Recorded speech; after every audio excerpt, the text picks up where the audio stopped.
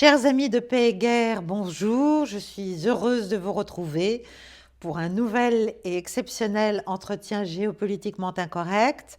J'ai le plaisir de recevoir de nouveau Vladimir Fedorovski qui me fait cette joie de revenir ici. Alors, bon, on ne vous présente plus, donc ce n'est même pas la peine de le faire.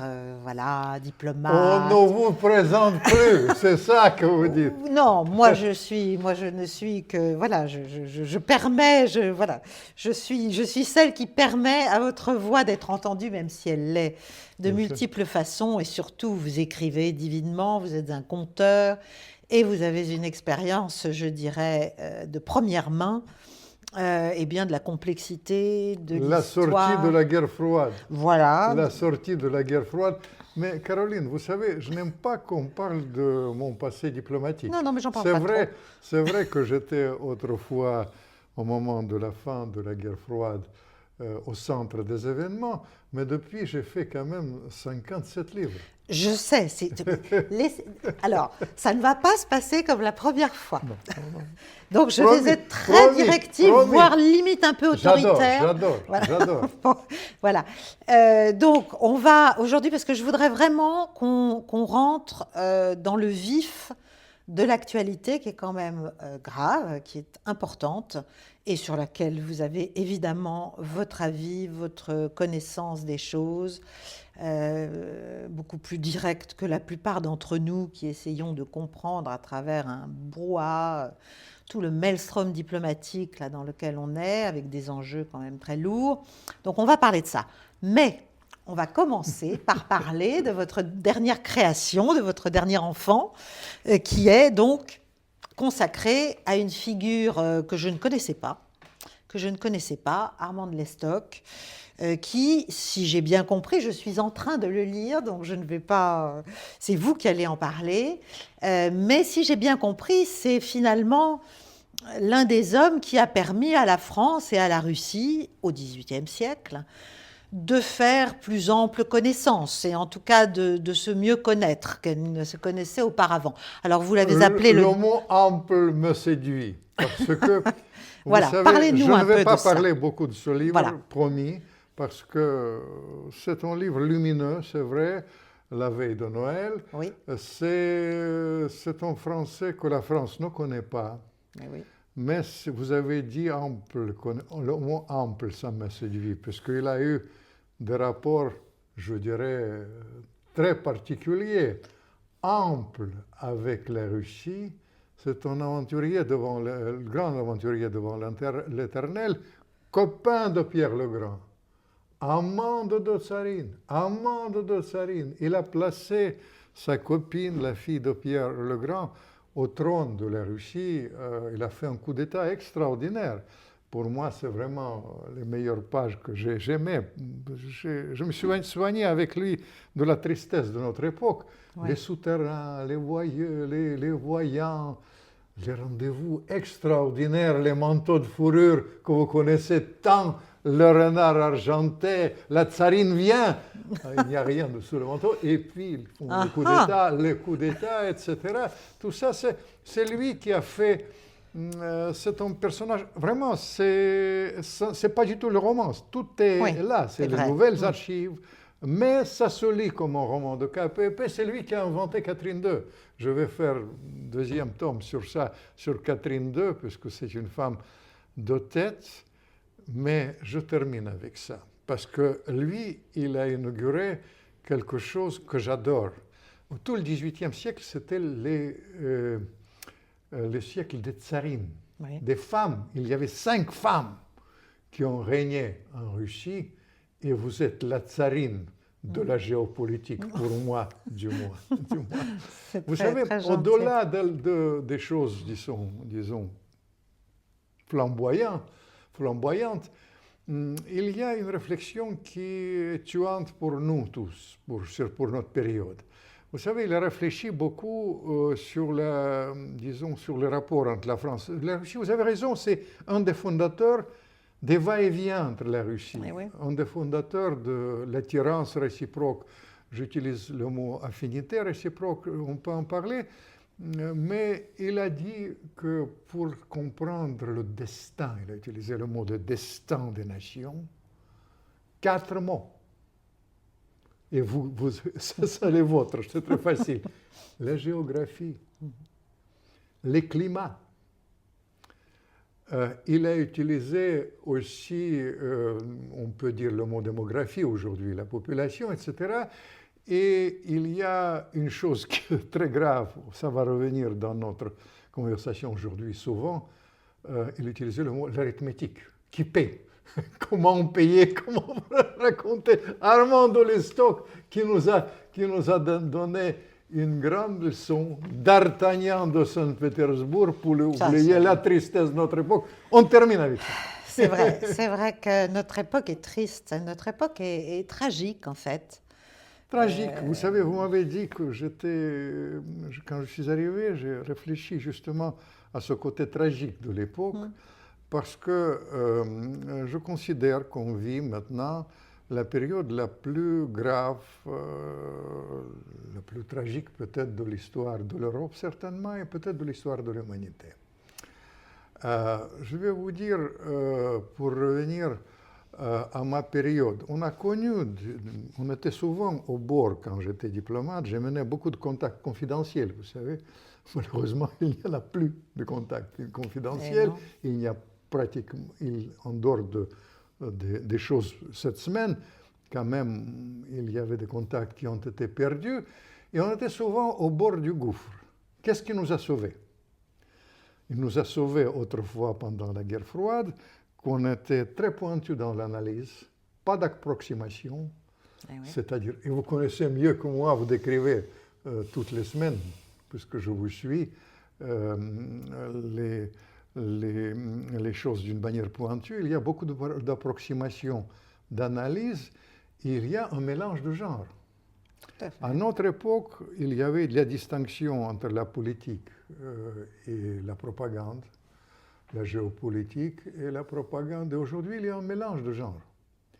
Vous savez, au fait, pour abréger, je taquine parfois quand je passe à la télévision. J'ai dit aujourd'hui, je parle de mainstream, pas chez vous. Bien sûr. Je ne vous taquine pas, je n'oserais pas. Mais quand même, je leur dis qu'à notre époque, on fait la distinction. Évidemment, les gens mentaient. La propagande, c'est aussi un mensonge. Bien sûr, bien sûr. Mentaient. Mais ils n'y croyaient pas. Aujourd'hui, les gens mentent et croient à leurs mensonges. Pour vous dire que le moment est grave.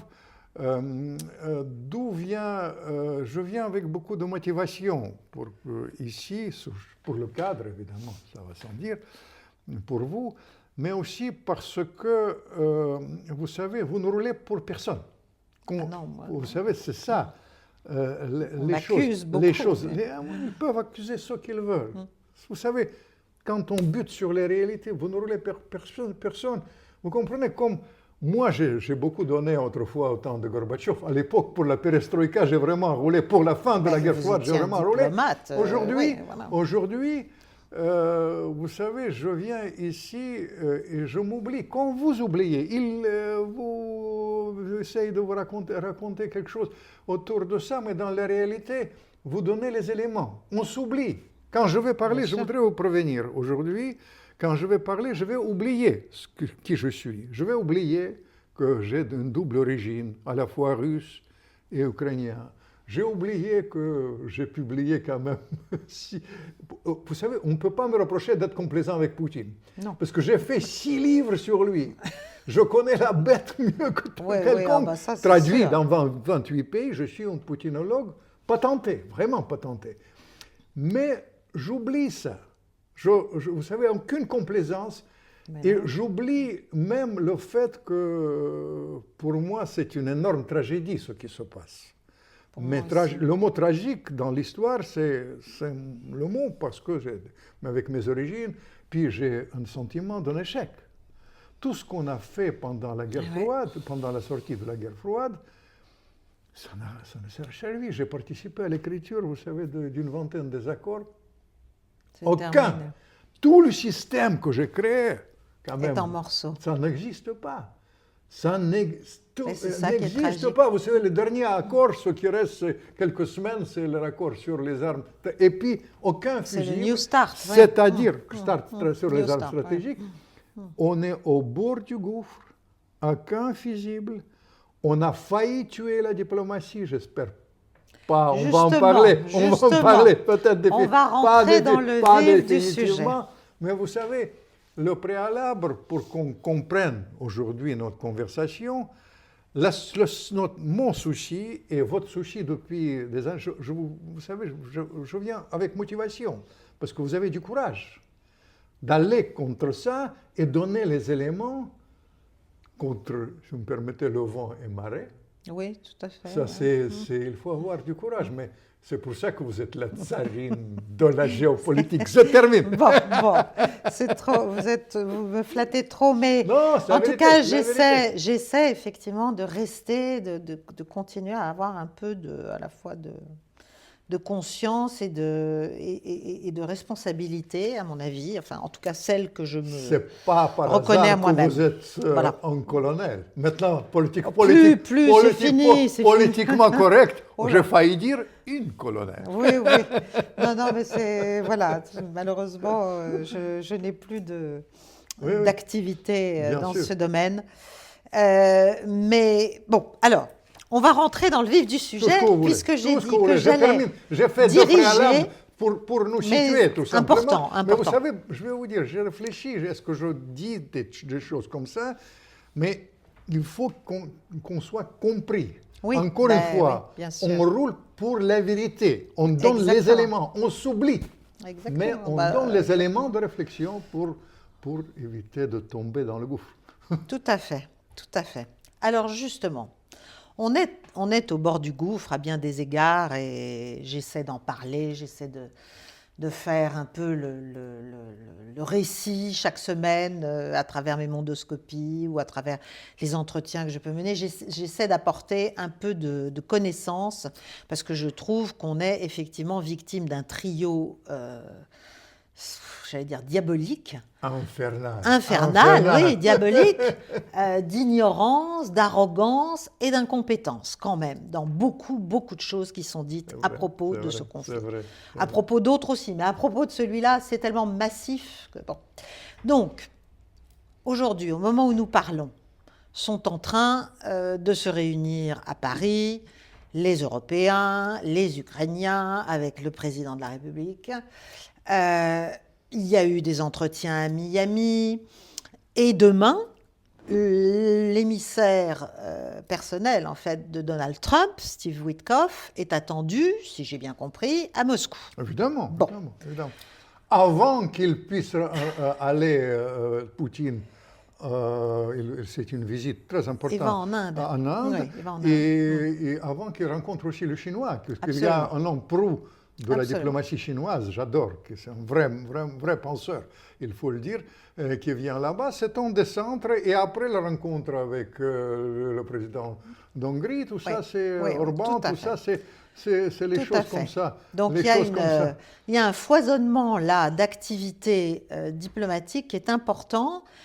Alors, qu'est-ce qui, selon vous, peut en sortir? Est-ce que c'est encore une étape décevante à venir dans un long processus finalement de dévoilement du désastre militaire en Ukraine et de la poursuite des opérations militaires russes, jusqu'à quoi? Jusqu'à une capitulation encore plus humiliante, encore plus infamante, ou jusqu'à une escalade dangereuse, jusqu'à l'entrée en lice envers et contre tout de forces européennes.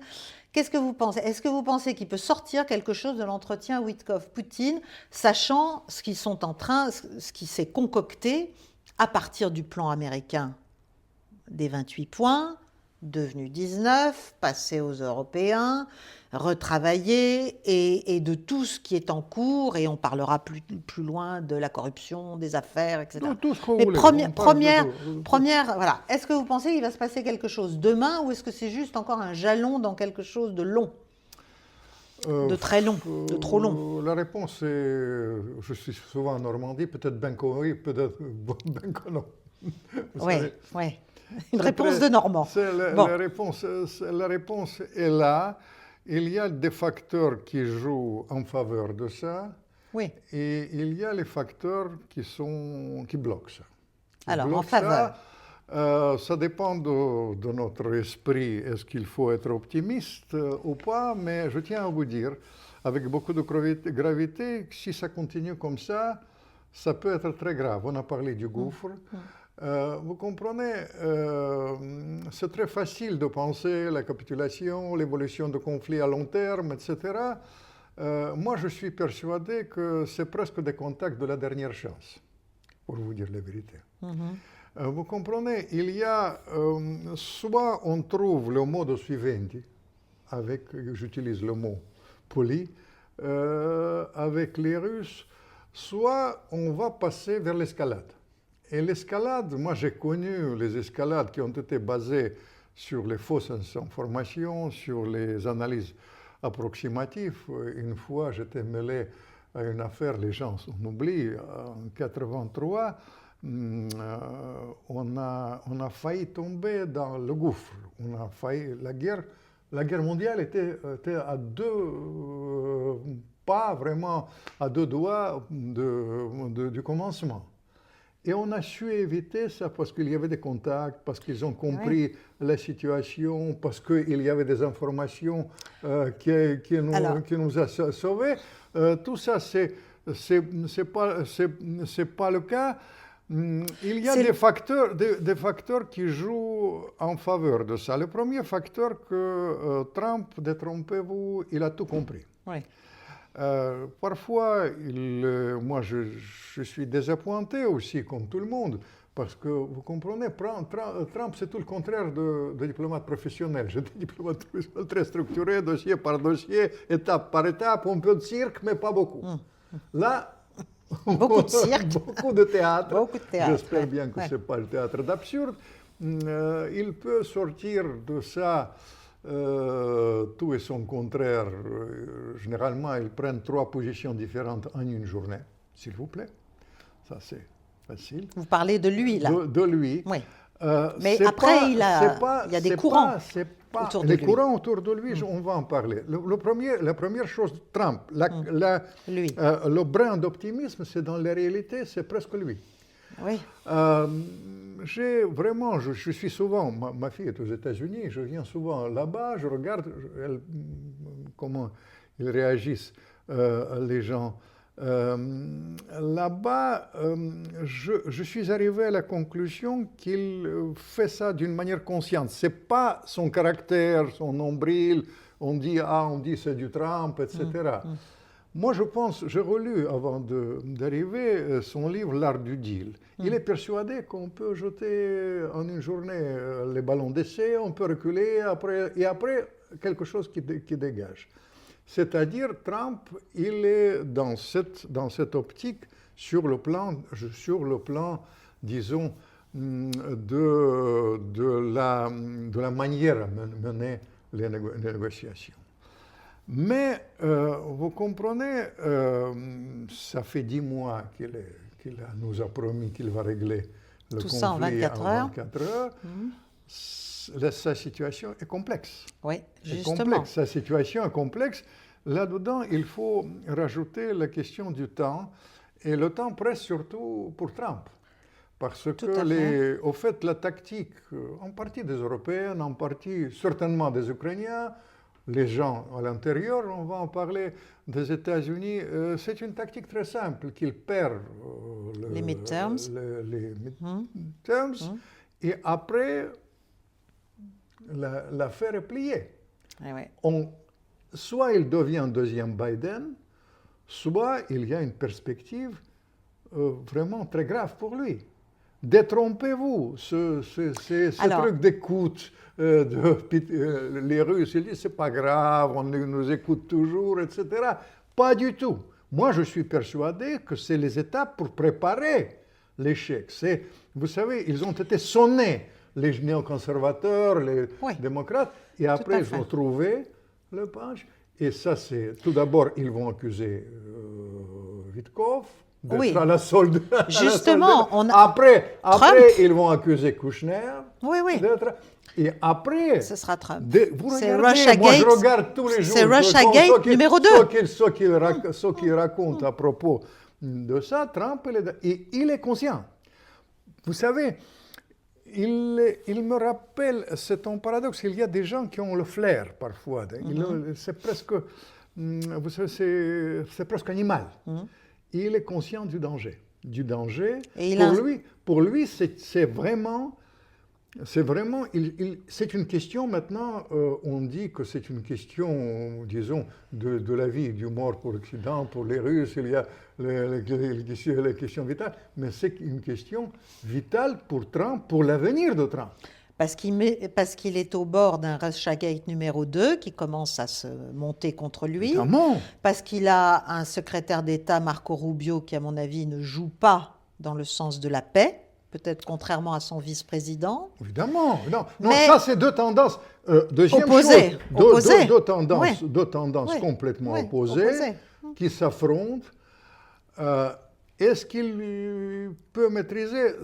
À mon sens, c'est quand même moins grave que la fois passée, quand l'État profond a carrément repris le pouvoir. Cette fois-ci, c'est deux tendances différentes parce que, encore une fois, il y a des choses personnelles qui se jouent. Parce que ce qui se joue, c'est leur destin, le présidentiel, qui sait qui va s'imposer, de quelle manière. Rubio, tout le monde le sait, il est dans la filière des néoconservateurs américains, atlantistes, disons. Et le vice-président, Vance, il est plus dans le contexte isolationniste, mais surtout la priorité de s'en sortir. Il y a un facteur qui est quand même important. Vous savez, ça c'est une petite astuce des Russes, d'où vient mon petit espoir aussi pour la rencontre de demain. Vous savez, je vous ai dit une fois qu'il y avait beaucoup plus de conversations entre eux que celles que l'on rend publiques officiellement et certainement beaucoup plus confidentielles, enregistrées ou pas enregistrées dans le monde entier. Je parle de Witkov, Dmitriev, Ushakov et la compagnie, je parle des conseillers. Bien sûr. De conseillers.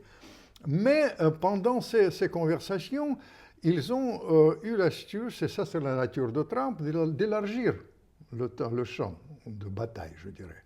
De large sortie de la guerre, mais champ de bataille diplomatique. Ils ont rajouté au brouillard de la guerre le brouillard diplomatique. Tout est son contraire. Et je suis certain qu'ils ont beaucoup privilégié, c'est-à-dire j'ai des informations précises sur les projets énormes qu'ils proposent. Économique, énergétique, la vente de Nord Stream américain, les Sakhalin, Arctique, etc. Toutes ces choses. Oui, mais pour moi, cet accord tel qu'il a été imaginé, ou tel qu'il est imaginé, au-delà du sort de l'Ukraine, a en fait tout un pan économique et financier, et d'ailleurs même stratégique, de réparation et de réparation du lien États-Unis-Russie et de prospérité, j'allais dire, en vue pour les uns comme pour les autres. C'est-à-dire, c'est des incentives, comme on dirait, des incitations. Savez, quand j'ai regardé les projets, je vous signale, ça me bluffe. C'est même inimaginable. C'est vrai qu'il y a le partage de rôles, parce que Poutine, comme Trump, autour de Trump, il y a de tendances, autour de Poutine aussi. Justement, j'aimerais qu'on en parle. Il y a des tendances, mais le rôle pro-américain est joué par ce jeune garçon complètement américanisé, Dmitriev. Et ça, c'est les accords que j'ai vus, c'est ahurissant. C'est ahurissant. J'étais tellement sceptique au début des tentatives des Américains, puisque le concept c'est simple. Au début, ils sont, je ne dirais pas qu'ils sont simplistes, mais comme il vient du milieu d'affaires, c'est simple. Il faut essayer de dégager les Russes du côté des Chinois. Ils ne vont pas dégager les Russes du côté chinois, mais en revanche, les projets, c'est ahurissant et ça peut apporter énormément de choses et ça peut donner le changement de la donne géopolitique. Vous avez raison. la donne géopolitique où tout le monde peut se retrouver, peut-être pas l'Europe, mais tout le Ah non, reste. l'Europe, Tout le l'Europe, reste. l'Europe, Tout le reste, c'est un grand regret pour moi. elle a enfourché le mauvais Parce que cheval. Elle a enfourché le cheval du jusqu'au boutisme. C'était, pour moi, c'est mais- un grand chagrin parce que vous comprenez, vous vous souvenez, on a parlé de ça. Il y a deux fondateurs de la géopolitique russe. Il y a le tsar Ivan le Terrible, qui disait encore au XVIe siècle qu'il n'y a rien à faire avec ces gens-là, avec les Européens. Ces gens-là, ils ont peur de nous, nous sommes trop riches, trop grands pour eux. Et il faut s'orienter vers l'Asie. Il faut oublier. Il a dit l'Europe est un but d'elle-même. Elle Déjà. ne respecte pas, mais un but d'elle-même. Déjà. Texto, C'est il dit. très un but- actuel. Texto, un but d'elle-même. Très actuel. Elle se trompe. Et il faut travailler avec l'Asie, avec les Chinois. Et Pierre le Grand, et j'appartiens à cette tradition, et puis vous savez, c'est aussi, vous dites que j'ai un brin de tristesse dans mes yeux, parce que, vous comprenez, j'ai passé ici beaucoup d'années, je connais les valeurs, vous représentez pour moi cette France que j'aime. Et vous savez, la France aurait pu jouer un rôle assez exceptionnel avec sa tradition, longue tradition de lucidité et de bon sens. Je ne vous le fais pas qui est dire. gaulo-mitterrandien, je vais dire, pour rappeler Surtout mon ami gaulliste, Védrine. Mon ami Védrine, disons, gaulliste. Ouais. Oui, je trouve que Non, le mais gaulo-mitterrandisme, gaulo-mitterrandien, ça se discute c'est mon tout ami de même. Hubert Védrine. Oui, oui, je mais sais. Comme non, j'ai mais travaillé avec les deux, c'est Bien vrai sûr. que j'étais ami de Chirac, mais j'ai travaillé beaucoup avec Mitterrand. Bon, Avec Mitterrand qui me disait, je dis, mais je vous ai raconté la dernière chose qui m'a touché. Ah, je donne de son adieu. Gorbatchev n'appartient au passé. Dernière phrase de Mitterrand. Il appartient à l'avenir parce qu'il faut trouver l'équilibre des intérêts. Mais Et bien ça, sûr. mais ça, c'est juste le souvenir. Pour revenir à ça, vous comprenez, il y a, tout le monde peut être gagnant. Ça, c'est le fait qu'il y a l'urgence pour Trump, le fait qu'il y a cette tendance autour de Poutine. C'est peut-être pas la tendance la plus puissante, mais quand même la tendance existe, qui croit que ça peut donner ces accords dans le domaine, disons, de la coopération économique, surtout, peut donner énormément de choses pour les deux pays. Deux pays, et ça, c'est un facteur. Il y a un facteur aussi ukrainien, oui. c'est-à-dire l'ukrainien. Qu'est-ce que ça donne, l'espoir? Parce que cette histoire de la corruption là-bas, etc., ça reflète quand même l'urgence de trouver quand même Alors, justement. l'issue. Vous voyez, Alors, un tas de facteurs qui jouent pour... Non, mais là, je suis obligée de reprendre les rênes. Allez-y, Parce qu'il y a allez-y. plein de choses importantes. Allez-y, Alors, allez-y. je les liste toutes, si vous préférez, et on va toutes les en aborder. structure. D'abord, vous parlez effectivement d'un courant autour de Poutine qui serait favorable au fait de trouver un intérêt économique de long terme et stratégique à une relation plus intelligente avec les États-Unis. Bon, je ne parle pas des Européens pour l'instant, je parle des Russes et des Américains. Bien sûr. Il y a aussi un courant, je dirais, et peut-être plus dans les cercles militaires, qui considèrent que Vladimir Poutine, jusqu'à présent, a été peut-être trop tempérant et que si les Américains c'est ne le comprennent courant pas... de loin majoritaire. Voilà. Et dans l'opinion. Ce courant est dangereux aussi pour, je dirais, s'il l'emporte ou s'il l'emportait ou s'il ne se passait rien diplomatiquement d'acceptable, en fait, pour la Russie dans l'état actuel du rapport de force militaire, ce serait un courant qui pourrait faire que le spectre des opérations russes sur le terrain, sur le théâtre, peut s'élargir et peut aller, je ne sais pas moi, jusqu'à Odessa. C'est dans l'air du temps. Bon. C'est absolument Premier sujet. Vous donnez déjà, disons, cette image. Cette image, vous vous souvenez cette carte exquise du chef d'état-major quand il a parlé en septembre en présentant l'État, je parle de l'état-major russe, oui. Et derrière, il y a la carte qui oui. inclut oui. Odessa oui. dans les opérations. Soyons très clairs, vous comprenez, sur le plan militaire, ça suffit, il y a un danger aussi, parce que je pense qu'il faut être très, très strict et très pointu sur la présentation de la situation militaire. Oui. Vous comprenez, on ne peut pas plus prendre le désir pour ses réalités. Utilisons le mot du vice-président Vance. On ne peut pas utiliser le fantasme. Il est utilisé, les fantasmes. Il y a le secrétaire d'État américain qui est à la défense, à la guerre maintenant. À la Il s'appelle guerre, à la guerre. Il utilisait le mot illusion. On ne peut pas dire ni dans le fantasme. Dans l'illusion, c'est vrai que quand même la situation est dramatique pour les Ukrainiens. C'est une clé aussi qui pousse vers la négociation. Pourquoi Trump? Vous savez, je vais vous dire, on m'a raconté comment ça s'est passé. Quand on lui a raconté, c'est fin septembre, on dit là, l'Ukraine, tout ce que les Russes racontent, c'est vraiment la propagande, et les Ukrainiens peuvent gagner, ils sont en train de repousser les Russes à Pokrovsk, il dit à Kupiansk. On lui a présenté les cartes et après, Trump, qui est spontané, et puis tout son contraire, vous savez, il a utilisé le mot exquise pour motiver les Russes à vraiment aller plus loin. Il a dit c'est un tigre de papier. Tigre de papier.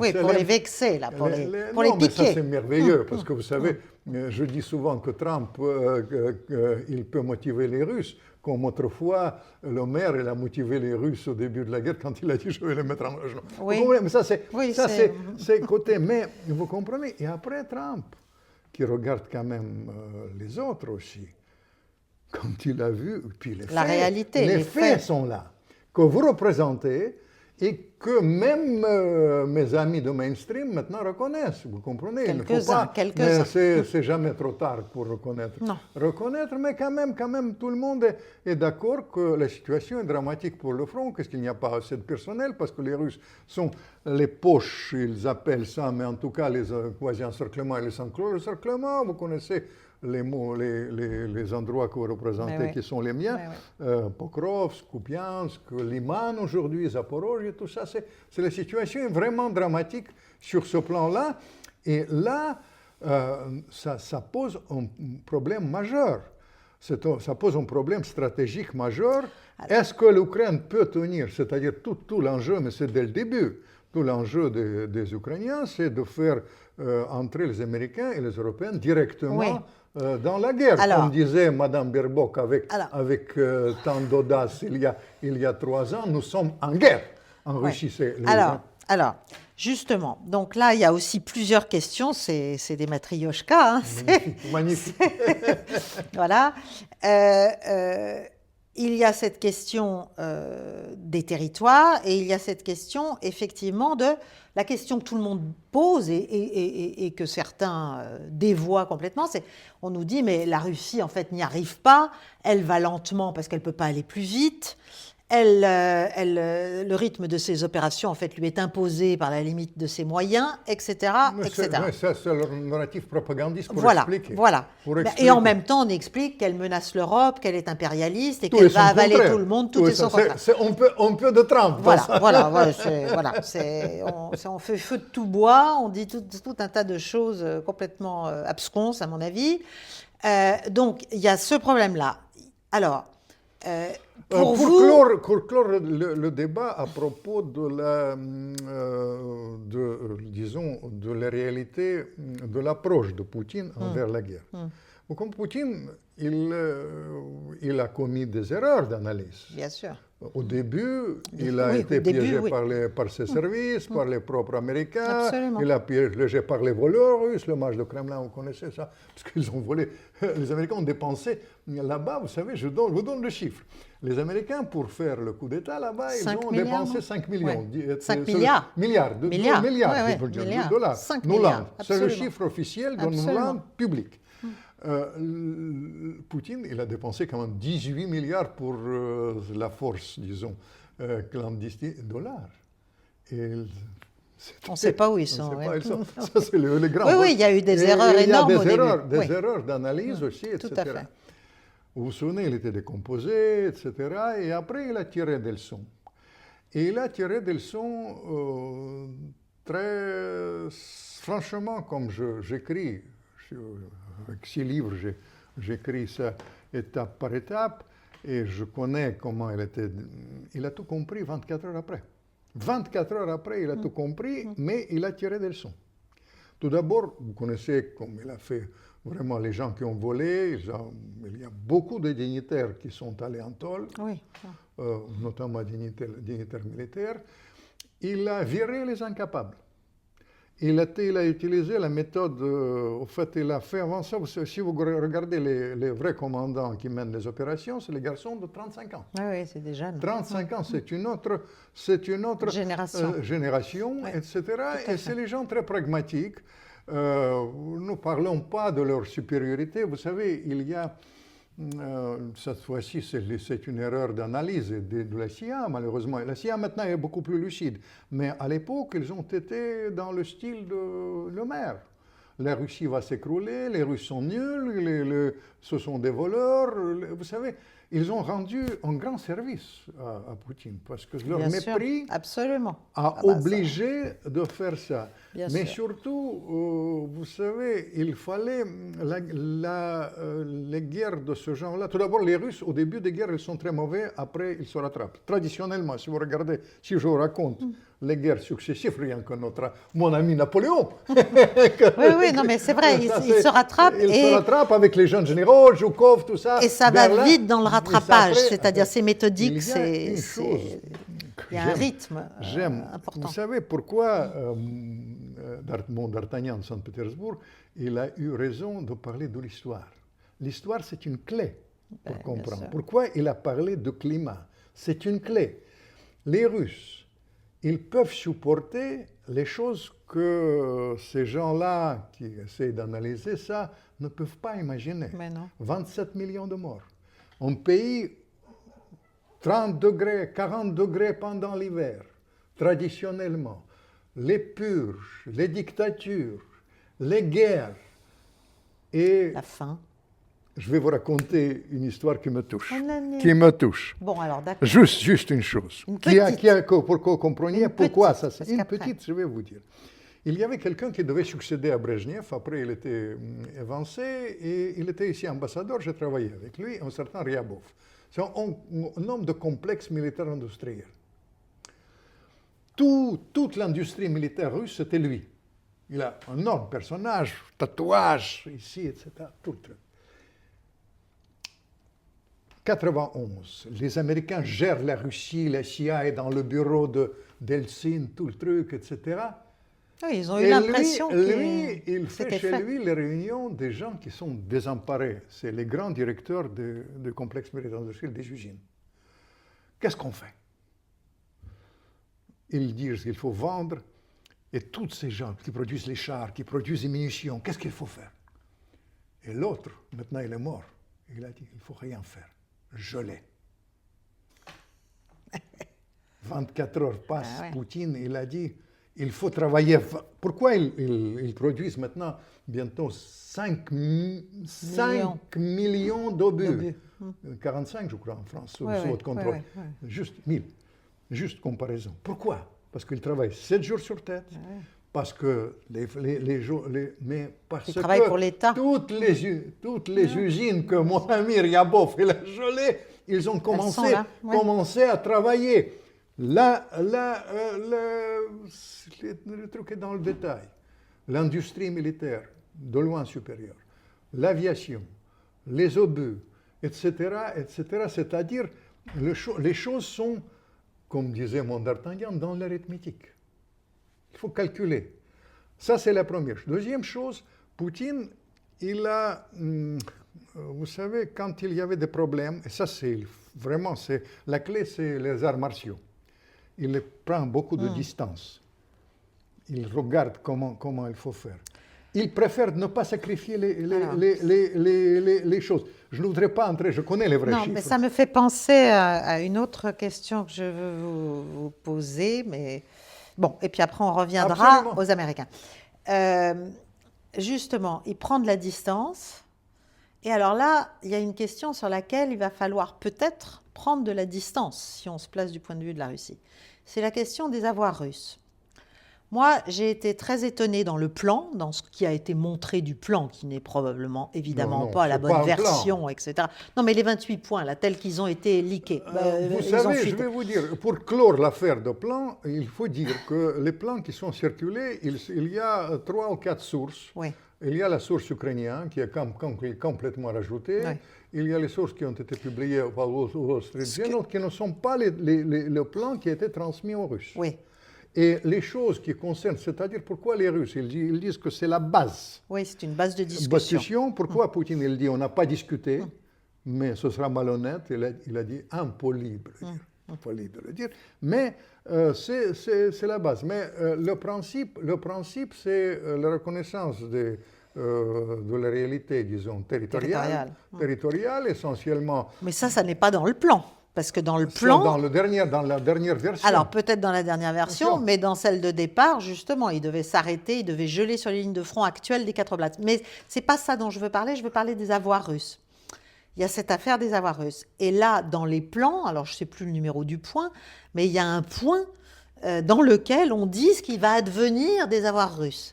Et il y a quand même un truc qui est assez extraordinaire, qui moi, me paraît fou, sauf si ça a été discuter et si c'est une base éventuelle d'accord mutuel entre États-Unis et Russie, c'est qu'en fait, sur 100 milliards d'avoirs russes évoqués, il y en a la moitié, enfin les bénéfices de la moitié qui seraient réinvestis, ces 100 milliards seraient réinvestis dans la reconstruction de l'Ukraine, on imagine du Donbass, et la moitié des bénéfices de ces 100 milliards iraient aux États-Unis. Ça, c'est côté pittoresque du plan. Alors, vous savez, je vais vous dire, le plan, tout d'abord, n'est pas discuté. Oui. Tout ce qu'on a présenté, surtout les Ukrainiens, avec les choses, ne correspond pas à ce que les Russes ils ont donné, et la position russe est claire. Commençons à discuter. D'ailleurs, Poutine, il a calmé un peu le jeu avec ce que j'adore, cette diplomatie confidentielle et inofficielle. Il dit qu'il faut structurer.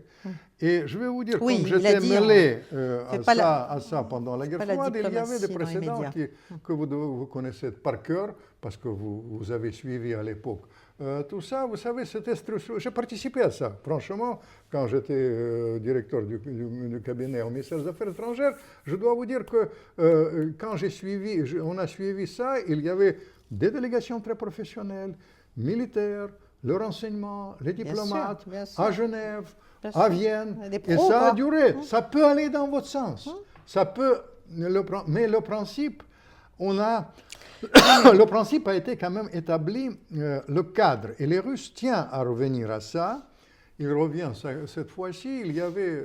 C'était établi tout d'abord pendant cette conversation fameuse, toujours Witkoff, que Poutine il a une certaine affinité. Les gens qui ont peur de Witkoff, ils ont raison, parce que Oui, il y a quelque chose. Oui, mais c'est nécessaire. Ils ont peur aussi de Kouchner avec tort. Parce que vous savez, Kouchner, alors justement, je veux en parler. Attendez. Je veux qu'on en parle. Parce que ce qui est étonnant, c'est que dans toutes les images qui sont livrées, on voit le fils Kouchner qui est là, et on se demande un peu ce qu'il fait là. Et moi, je me dis, est-ce qu'il n'est pas là parce qu'il est le fils de son père? Et son père, dont je rappelle qu'il est qu'il est le nouvel ambassadeur de Russie ici à Paris.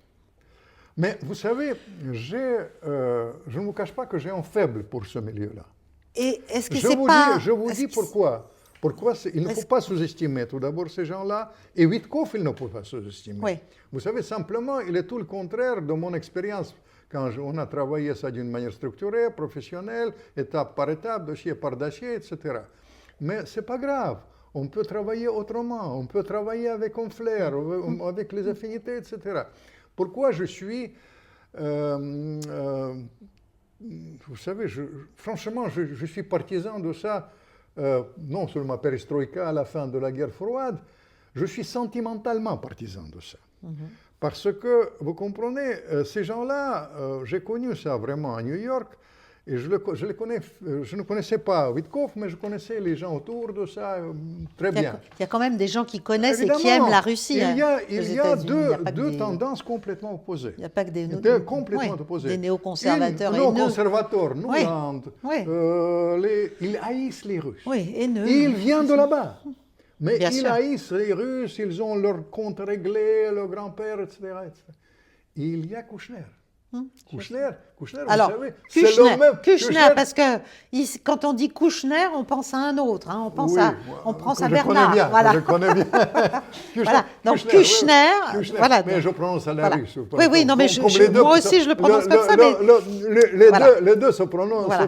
Ouais. les Russes. Donc, Kouchner. le Pour père eux, c'est Kouchner. Kouchner. Pourquoi? Parce que, vous savez, ces Kouchner gens-là, père. et ça me séduit énormément. Vous savez, j'étais copain de Chagall. Chagall, vous savez que Kouchner vient de la même village, du même village. Il vient de la Biélorussie. Ils font le pèlerinage en Biélorussie. Vous savez, ils connaissent la région, ils ont le flair, il y a l'affinité. On dit c'est seulement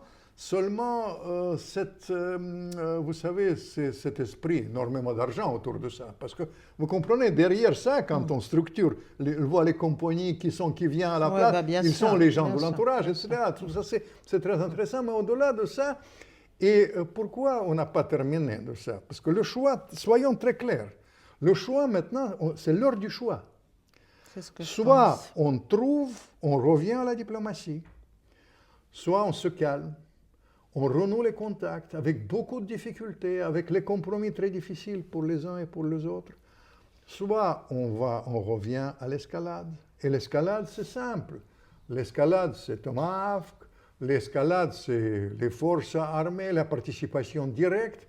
Mais dans ce cas-là, on dit que les Russes sont nuls, ils ne vont pas répondre, c'est du bluff. Je vous assure toute la différence entre les gens qui vous racontent ces histoires et moi, que j'étais au Kremlin, chère Caroline. Et je connais leur mentalité. Moi, bien sûr. Et je connais comment ils vont réagir. Et je vous assure, je vous jure que ça peut être vertigineux. Personne ne veut la guerre mondiale. Mais non. Mais quand Trump, il a dit peut-être, il a dit maybe, j'ai évité la guerre mondiale. Il a raison. Parce qu'il s'agit de nos enfants, de nos petits-enfants. On a raison de parler de sacrifice de nos enfants, évidemment. De tout. Parce qu'il s'agit de tout. Et quand je regarde, je me souviens, j'ai posé la question francophile que je suis. Il y avait un très grand chef d'état-major, un grand intellectuel, Ogarkov, à l'origine de Rechnik. Vous n'avez pas un très intéressant personnage, je me souviens. On revient après la rencontre avec Kadhafi. J'étais à côté de lui comme interprète de Kadhafi. On revient dans l'avion. Et j'ai dit, je vais aller en France, mais mon maréchal, combien de la bombe pour la France s'il y a la guerre? Pas beaucoup, à mon avis. Oui. J'aurais dit 3, moi, mais peut-être une, oui. Il m'a répondu, il m'a regardé.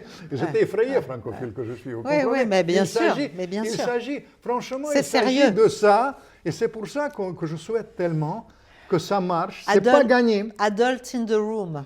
Il nous faudrait des adultes dans la pièce. C'est pas gagné, mais c'est l'intérêt. Et avec mes origines l'ukrainien, je n'ose pas les prononcer, les chiffres. Vous les prononcez parfois, mais pendant la guerre, ça ne vaut pas la peine.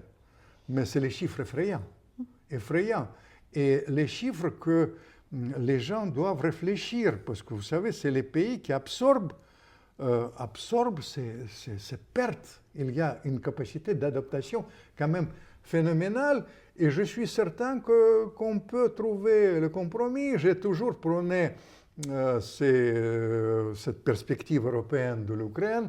Tout ça, c'est les choses comme ça. Mais pour ça, il faut la relève aussi à l'intérieur de l'Ukraine qui était Alors justement, parlons-en de la relève à l'intérieur de l'Ukraine.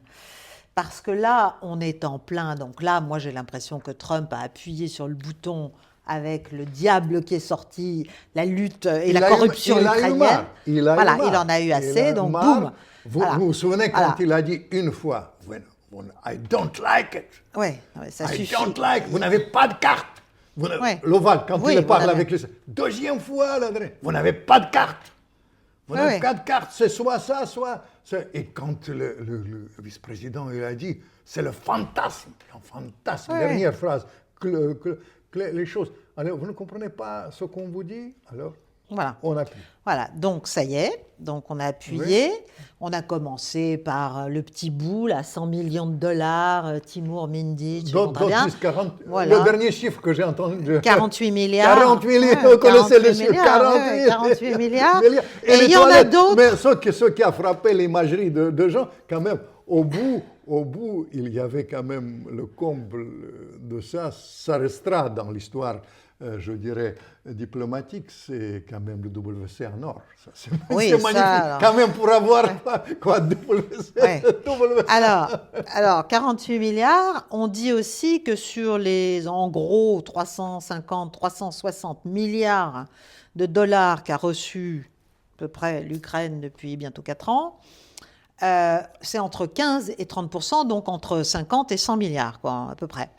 L'ampleur possible vous savez, de la corruption. Les chiffres sont tellement ahurissants. Oui, c'est vertigineux. Mais vous avez vu ce mais ça ne m'étonne pas. Il y a, comment vous appelez ça? Ils partageaient aussi. Les ristournes, ce n'est pas seulement les financements de films, je ne sais pas de quel philosophe, etc. Non, mais ça, s'il s'agit des choses, vous savez, ça c'est, si on s'éloigne du théâtre d'absurde et on va vers les choses pointues, ça peut être ahurissant. Et ça c'est, vous savez, ce week-end, pour être franc, j'ai parlé avec les Américains, paraît-il que Trump, il en a marre. Oui. C'est pour ça qu'il a appuyé. Mais je pense qu'il fait pression sur Zelensky. Parce que pour lui, il s'agit de son destin. Ce n'est pas seulement les trucs farfelus, on dit c'est prix Nobel. Vous savez, il s'agit de sa vie, de la vie de sa famille. Il s'agit aussi de beaucoup d'argent, franchement. Bien sûr. Et puis de beaucoup d'argent volé aussi, soyons très clairs. Et donc, moi, je pense qu'il fait pression sur Zelensky et sur les Européens. Parce que, bon, il n'y a pas que l'Ukraine qui est corrompue, tout ça ne marche. On m'a dit que ce n'est pas seulement de Zelensky qu'il en a marre. Oui. Ça, il faut faire attention. Parce que, vous savez, ce qui m'a frappé, vous avez parlé de ces deux tendances différentes. Et c'est évident, parce que c'est la philosophie, c'est leur itinéraire, etc. Mais c'est quand même Rubio qui a refusé de recevoir Kallas. Oui. Ça, c'est quand même significatif. Et manifestement, la Lettonie serait assez impliquée dans les schémas d'évasion de pas mal de fonds. Oui, c'est surtout Estonie. Voilà. Voilà. Donc, il y a ça. Alors, il y a même des scénarios qui disent Zelensky, il est au bord que les Américains lui fassent un nouveau coup d'État. Contre lui, cette fois-ci. Pour mettre quelqu'un d'autre à la place. Je ne voudrais pas compliquer la vie à nos auditeurs. À nos auditeurs. Oui, Boudanov. Zaloujny, Boudanov, etc. Boudanov, très important. Voilà, il y a plusieurs hommes. C'est plus les Anglais, mais Boudanov, très américain. Et c'est lui qui a quand même mené les négociations secrètes là-bas à Abu Dhabi avec les Russes. Un homme très structuré, etc. Vous savez, là-bas, la situation est quand même, c'est assez complexe là-bas en Ukraine. Parce que vous comprenez, il y a évidemment cette affaire, elle a réveillé. Non, les chiffres qui sont incontestables, c'est que, et ça me réconforte. Au fait, vous savez, je vais vous dire, l'opinion publique peut changer la donne. Justement. L'opinion publique en Russie, majorité pour la paix. En Ukraine, le dernier chiffre, 75%.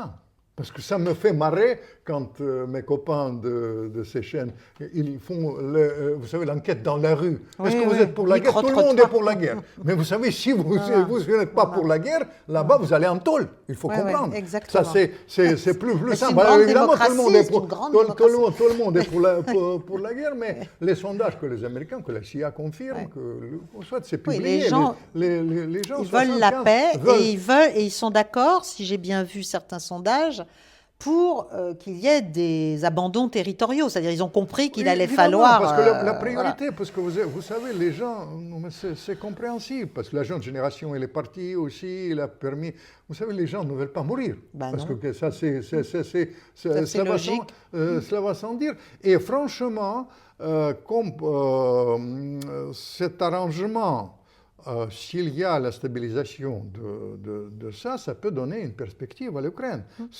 Moi, j'ai toujours regretté quand, vous vous souvenez, au mois d'avril, Johnson et la compagnie, Biden aussi, quand ils bloquaient cet accord à Istanbul, quand il était discuté parmi les hommes forts, on a oublié de citer Arachamia, qui était mené les négociations. Vous savez, le chef du parti et du Parlement, qui est d'origine géorgienne lui-même, mais ukrainien plus qu'ukrainien, etc. Très subtil, et c'est lui qui a signé, qui revient, qui dit tout le temps. Mais regardez qu'est-ce qu'ils disent, les alternatives à ça. Regardez Zaloujny. Je dirais, ça devait être plutôt va-t-en-guerre. Il a dit, vous savez, geler le conflit, c'est inévitable.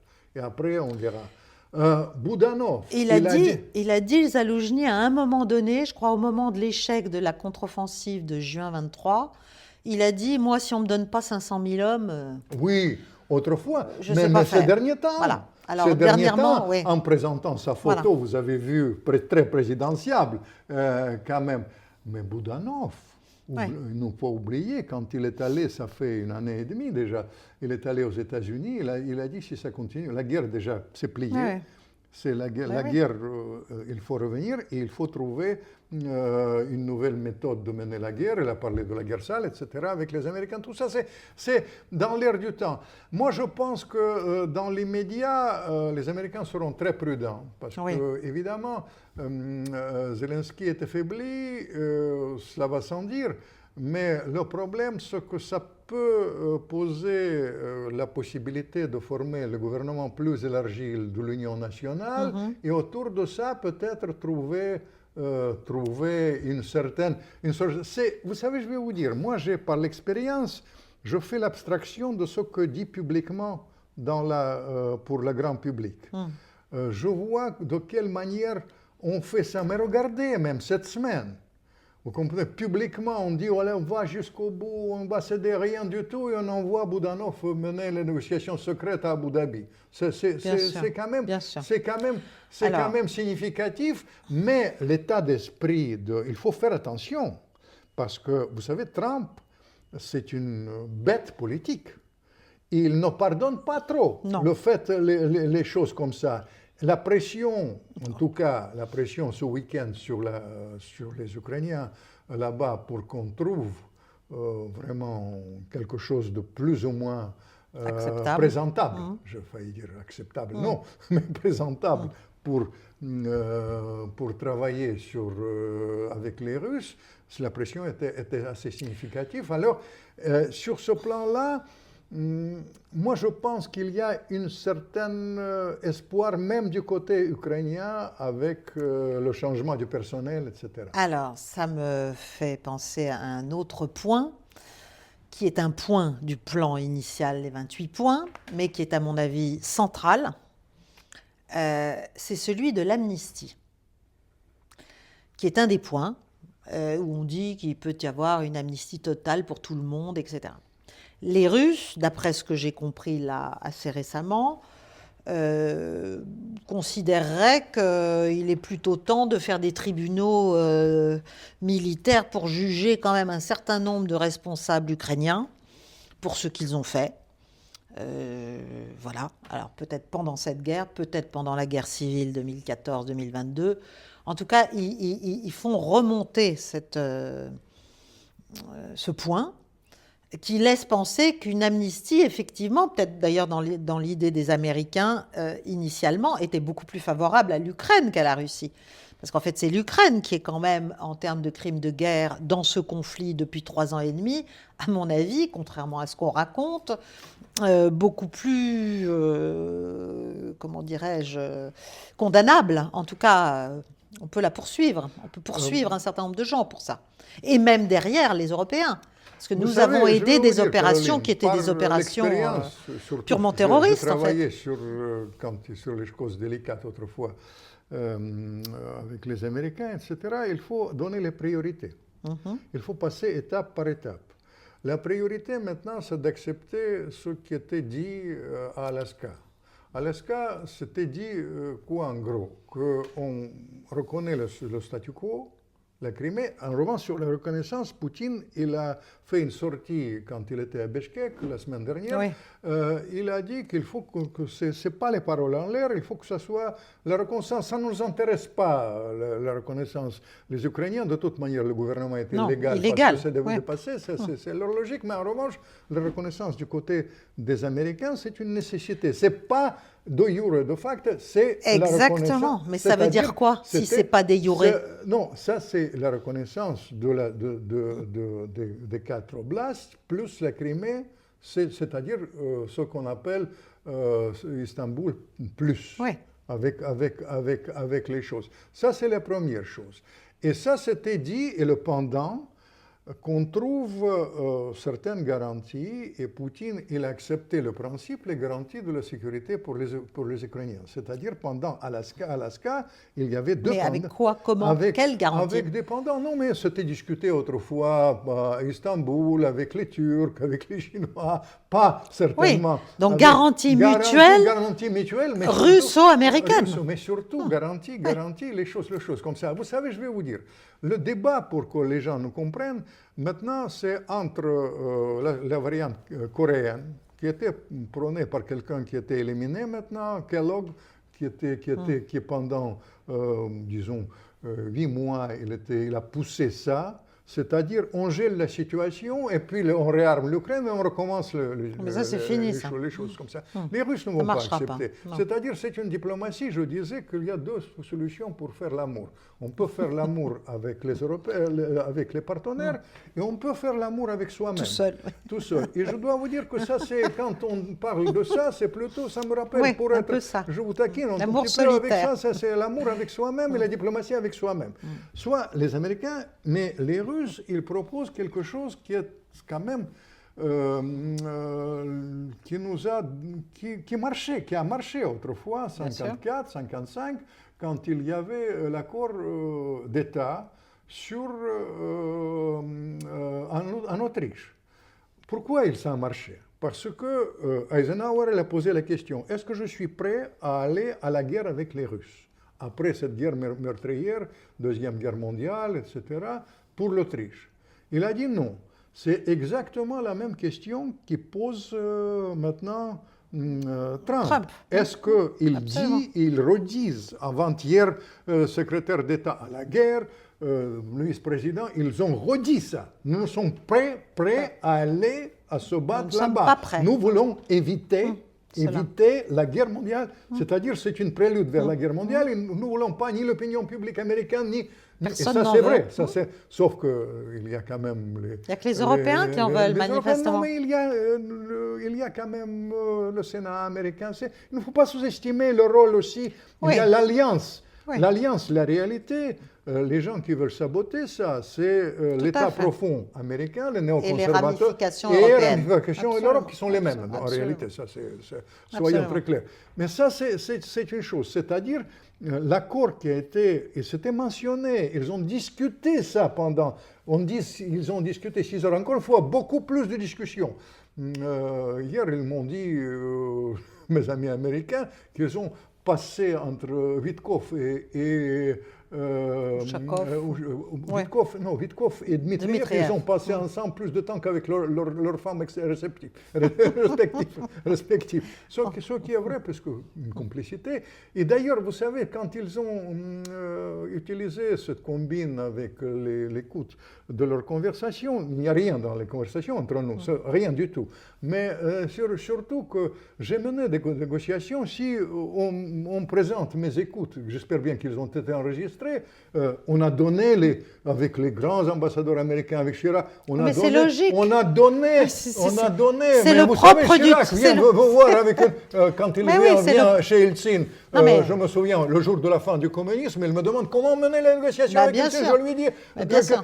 Évidemment, parce que c'est le b.a.-ba du travail. C'est une chose élémentaire quand on dit... Et quand Trump il a dit, mais dans les discussions, il n'y a rien. Mais en revanche, c'est assez grave.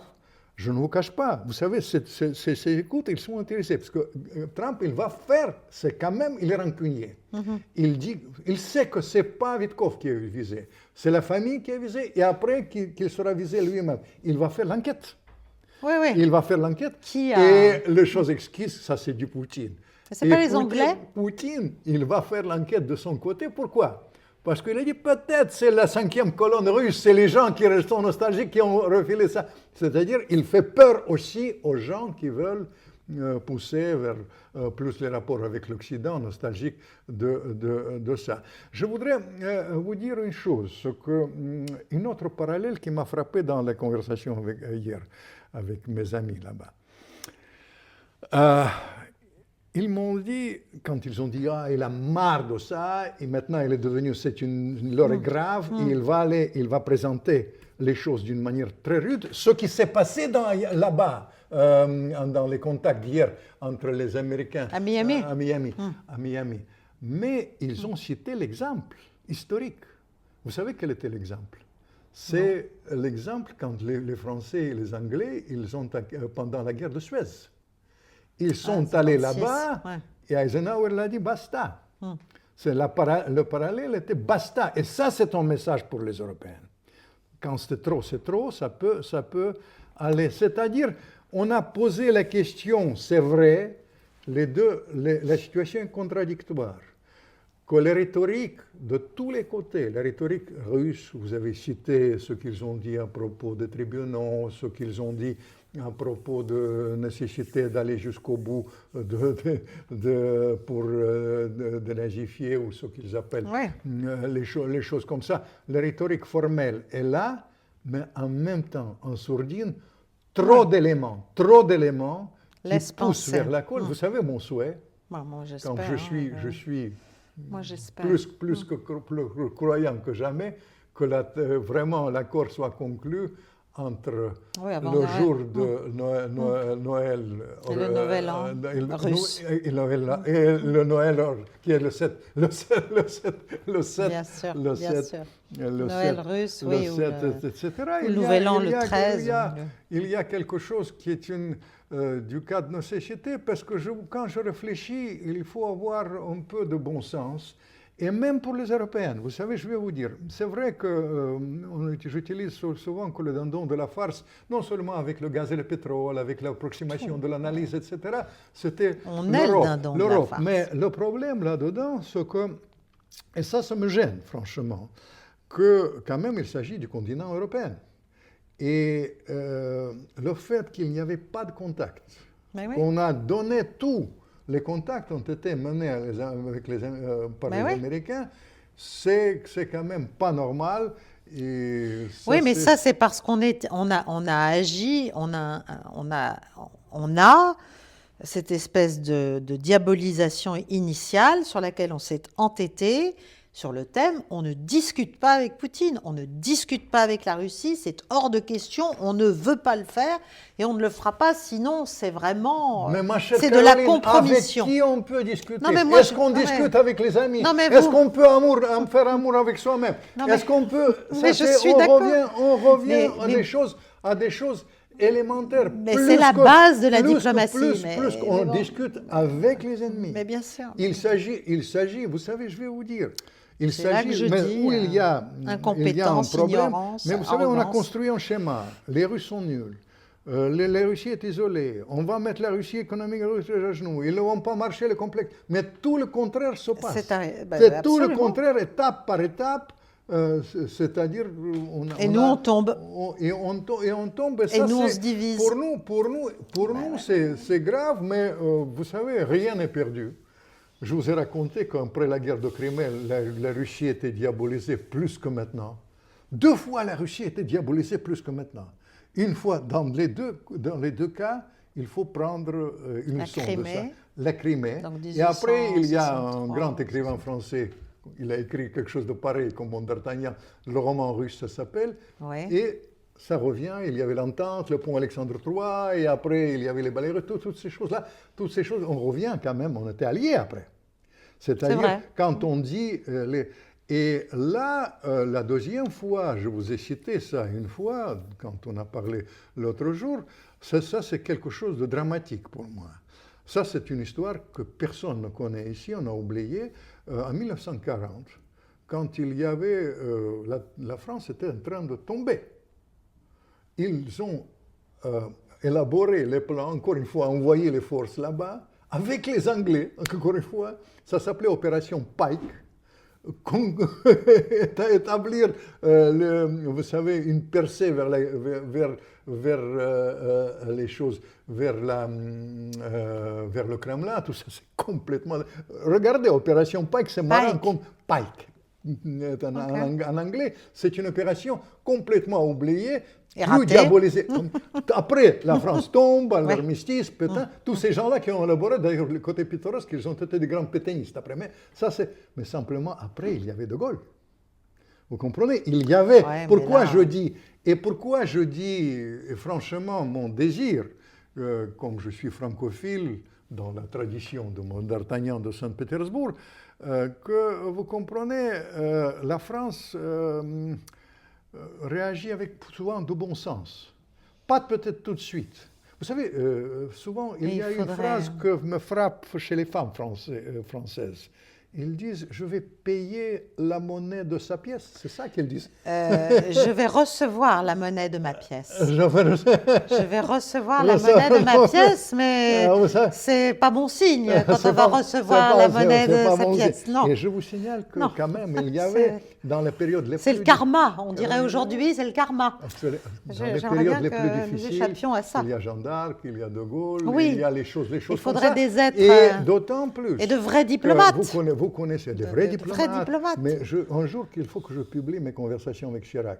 Mais oui, faites-le. Parce que, vous savez, Chirac, elle était promonitoire. Elle était dans votre tradition. Vraiment, la tradition gaulliste. Objectivement, gaulliste, il me disait toujours que l'avenir de l'Europe, c'est l'Allemagne, la France. L'Allemagne non militarisée, pas comme maintenant, militarisée, etc. Et les réactions, moi je vois, mais regardez l'Angleterre. Regardez l'Angleterre. Le Premier ministre anglais, c'est le Premier ministre le moins populaire de l'histoire de l'Angleterre. 10%. Mais qu'est-ce que c'est que ça? Vous comprenez? C'est pour ça que je compte sur le bon sens. Et il y avait trop de brouillard de la guerre. On a failli tuer la diplomatie. Cette semaine, notre destin est en jeu. Mais oui, regardons les choses. Vous avez trouvé la meilleure conclusion à donner à notre entretien, cher Vladimir, et qui est une note, c'est même pas de l'espoir, c'est de l'espérance. Parce que l'espérance, c'est encore plus durable. C'est plus durable, et Dieu sait que nous avons besoin un peu de lumière. Un peu d'espoir, et si on me permettait, un peu de bon sens. De foi. Comment vous dites pour la monnaie de sa pièce? Recevoir la monnaie de sa pièce, mais pour moi, ça m'inquiète. Si vous voulez, quand on me dit ça, je me dis, ah bon? Voilà, non mais... En tout cas, bon sens, le bon sens. Oui, disons. Du bon sens, retrouver le bon sens. Bon sens, l'analyse, la compétence, ce que vous avez dit, c'est la vérité, vous comprenez? C'est-à-dire les choses pointues. On est au bord du gouffre, on peut s'éloigner. Et on s'éloignait plusieurs fois à ma grande époque, vous comprenez? Essayons de le faire encore une fois. Merci beaucoup Vladimir Fedorovski. J'engage tout le monde à lire ce dernier ouvrage et on attend donc d'abord le tome 2. Tome 2, mais ça c'est vraiment la lumière. Un cadeau de Noël, si on permet. Très bien. Et puis les conversations avec Jacques Chirac, ça, ce serait formidable. Mais ça, ce sera bien. C'est une belle idée. 40 ans d'amitié, quand même. Ce serait une très belle idée. 40 ans d'amitié. Un beau titre. Et vous savez, je vais vous dire. 40 ans d'amitié. Je vous ai raconté, je crois, le jour de la fin du communisme. Il vient chez moi. On parle, je pensais qu'on va parler de la géopolitique. Pas du tout. Il a commencé à réciter un vers extraordinaire de Dr Zhivago, de Pasternak. La bougie n'est pas éteinte. Et je vais terminer avec son mot. La bougie n'est pas éteinte. Très bien. Merci. Merci beaucoup. Merci beaucoup. C'est pas seulement... Plaisir. Voilà.